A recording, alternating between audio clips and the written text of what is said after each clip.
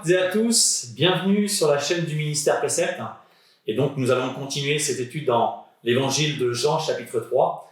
Et j'ai avec moi le pasteur Picard qui est aussi un leader du ministère Précepte et avec qui nous allons travailler ensemble pour comprendre ce que Dieu veut nous enseigner dans sa parole. Alors pasteur Picard, donc, nous sommes dans le chapitre 3 et nous allons donc lire du premier verset au verset 21. Nous allons faire ce travail, vous pouvez aussi le faire de votre côté, c'est que nous allons marquer des mots qui sont des mots clés que l'auteur utilise pour nous faire comprendre la parole de Dieu. Et ces mots clés vont être donc le mot naître, et donc naissance. Donc on va colorier donc en bleu ces mots, et nous allons aussi marquer en vert vie, vivre et vie éternelle. Voilà, parce que nous sommes donc dans l'observation et il est important lorsque nous lisons le texte et que nous l'observons de marquer donc ces mots pour voir où ils sont placés. Et nous verrons la suite dans l'interprétation. Jean chapitre 3. Mais il y eut un homme d'entre les pharisiens nommé Nicodème, un chef des Juifs, qui vint lui auprès de Jésus de nuit et lui dit: Rabbi, nous savons que tu es un docteur venu de Dieu, car personne ne peut faire ces miracles que tu fais si Dieu n'est pas avec lui. Jésus lui répondit: en vérité, je te le dis, si un homme naît, on souligne en bleu, de nouveau, il ne peut voir le royaume de Dieu. Nicodème lui dit: comment un homme peut-il naître, on souligne naître en bleu, en coloré en bleu, quand il est vieux? Peut-il entrer dans le sein de sa mère et naître en bleu?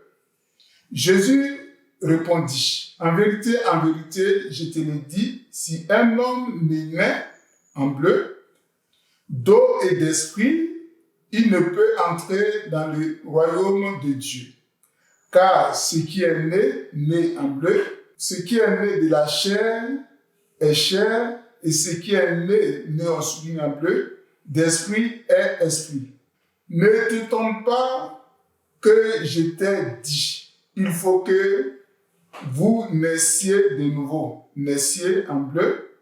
Le vent souffle où il veut, et tu en attends le bruit. Mais tu ne sais d'où il vient, ni où il va. Il en est de même de tout homme qui est né en bleu, de l'esprit. Nicodème lui dit: comment cela peut-il se faire? Jésus lui répondit: tu es le docteur d'Israël et tu ne sais pas ces choses. En vérité, je te le dis. Nous disons ce que nous savons et nous rendons témoignage de ce que nous avons vu, et vous ne recevez pas nos témoignages.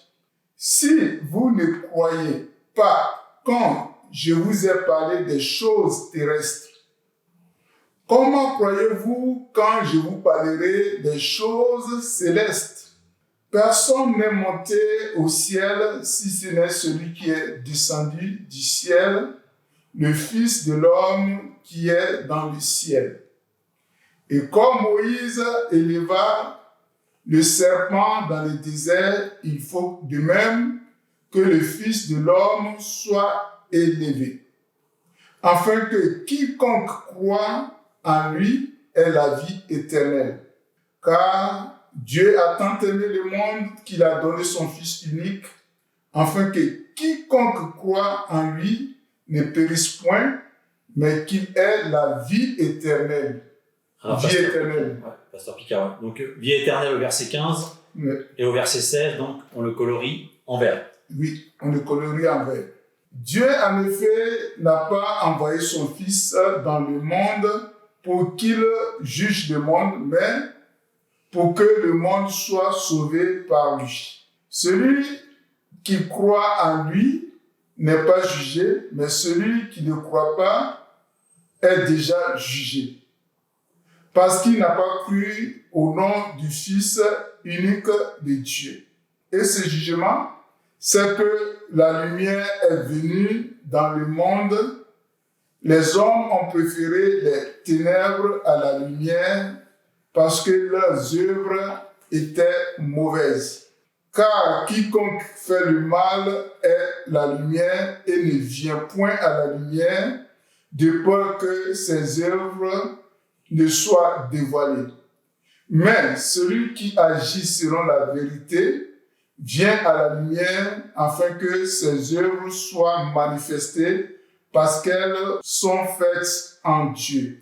Amen. Amen. Amen, amen, amen. Ok, donc nous avons lu le texte et donc marqué ces mots qui sont donc né, naître ou naissance et vie éternelle. Ce que nous observons dans ce texte, c'est qu'un homme, donc Nicodème, qui est un pharisien et qui est docteur d'Israël, puisque Jésus va lui dire, au verset 10, tu es docteur d'Israël et tu ne sais pas ces choses.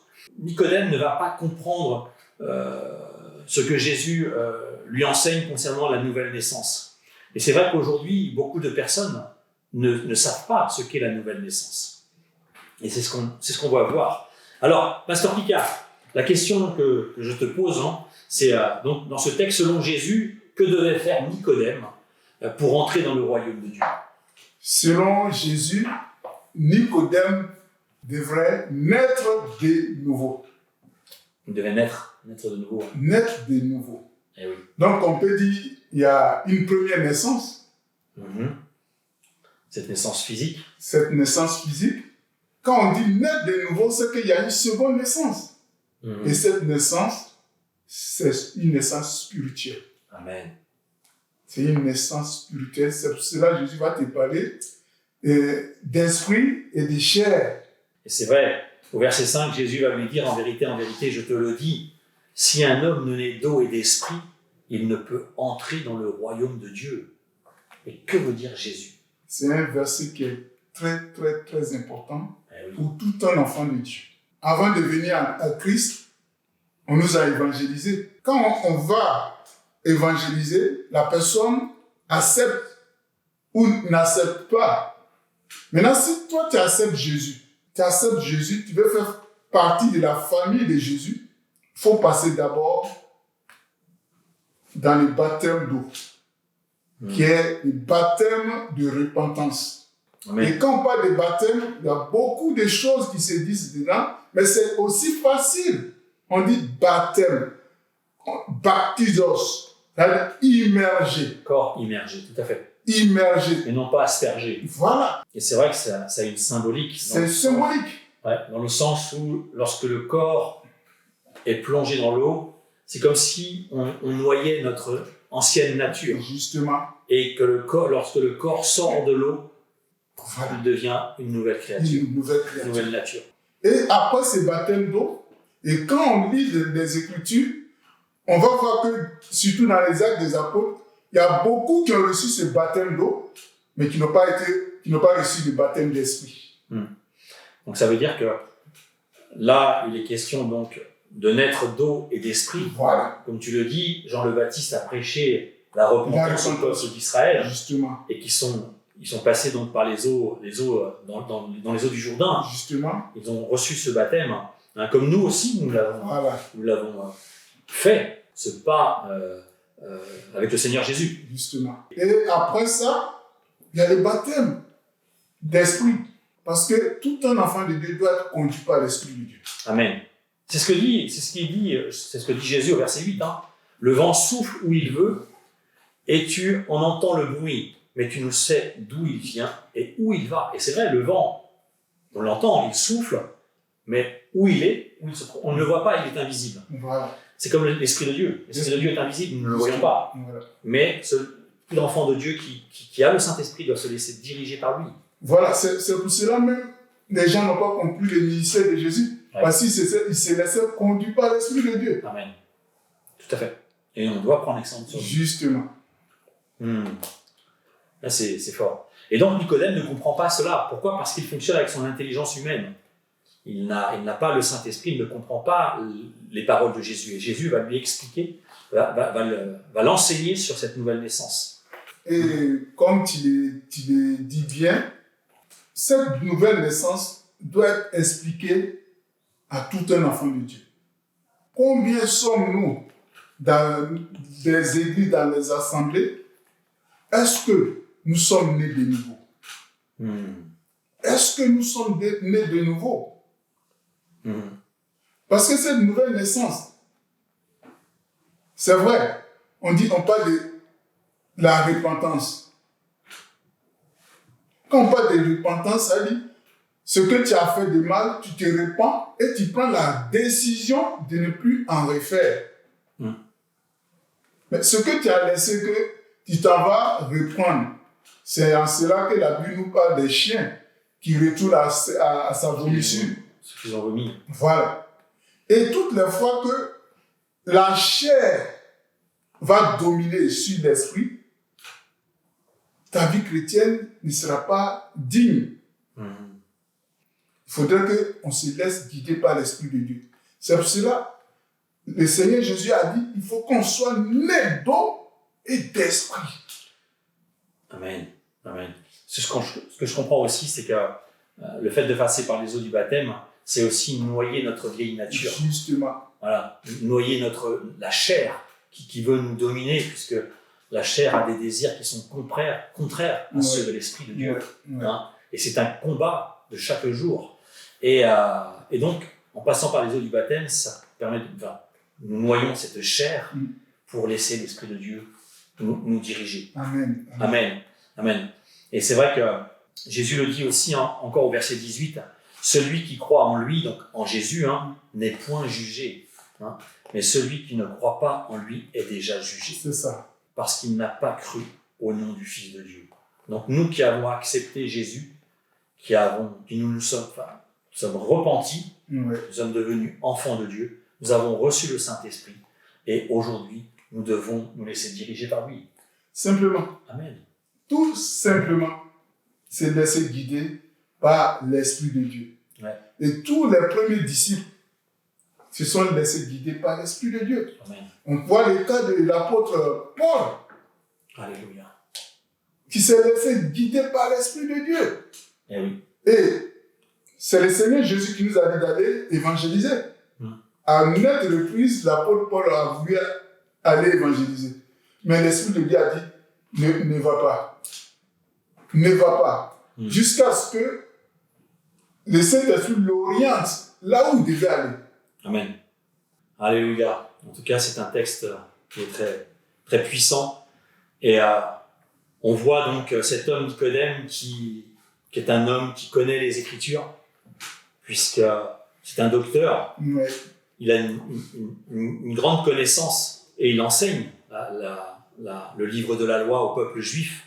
Mais cet homme, bien qu'ayant cette connaissant donc le Dieu d'Abraham, ne connaît pas qui est Jésus.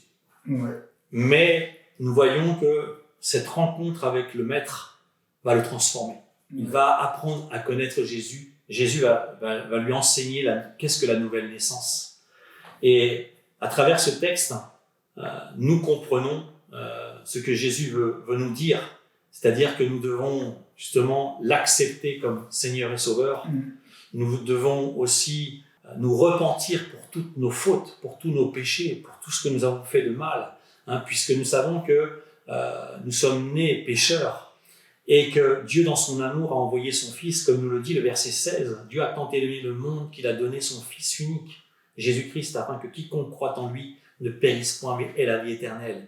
Et c'est le cas de chacun de nous, mais aussi pour vous qui écoutez qui regardez cette vidéo. Sachez que Dieu vous aime et il désire aussi vous sauver. Si vous acceptez son Fils, Jésus-Christ, si vous vous repentez de toutes vos fautes, de toutes vos erreurs, de tous vos péchés, Dieu vous donne la vie éternelle en Jésus-Christ. Alléluia. Amen. C'est beau de voir que voilà, Dieu nous aime malgré ce qu'on ait pu faire. Ouais. Dieu veut vraiment effacer, veut vraiment nous laver, nous purifier de tous nos péchés afin d'être purs devant lui et de marcher auprès de Jésus en nous laissant diriger par le Saint-Esprit. Parce que vous savez, lorsque on accepte Jésus dans son cœur, lorsqu'on se repent de tout notre cœur, de tous nos péchés, Dieu sonde nos cœurs, il sait si nous sommes sincères ou pas. À partir du moment où nous acceptons Jésus et nous repentons, Dieu nous donne son esprit. Dieu nous donne son Saint-Esprit qui nous permet justement de vivre en mettant en pratique la parole de Dieu. Alléluia. Amen. C'est fort. Et il y a un verset que je voulais aussi partager. Le verset 7 a dit, « Ne t'étonne pas de ce que je t'ai dit. Il faut que vous naissiez de nouveau. » C'est vrai, Nicodème ne comprend pas parce qu'il va dire « Est-ce qu'il faut que je rentre dans le sein de ma mère et naître de nouveau ?» On voit qu'il son intelligence est fermée par rapport aux Écritures.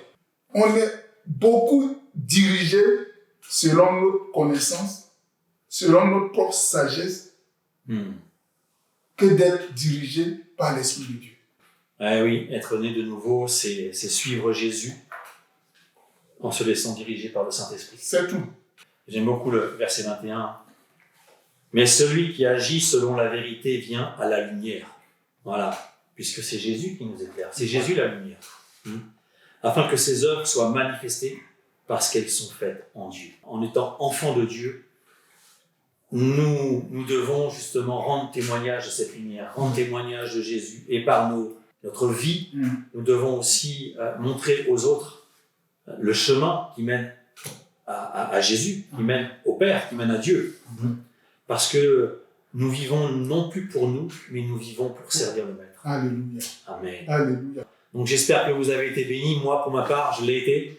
Et je remercie le Seigneur pour son Saint-Esprit et qu'il nous aide à mettre sa parole en pratique et à nous laisser diriger par lui. Merci beaucoup, merci de nous avoir écoutés. Et puis, je vous dis à la prochaine vidéo. En tout cas, vraiment, soyez bénis et à très bientôt. Au revoir. Au revoir.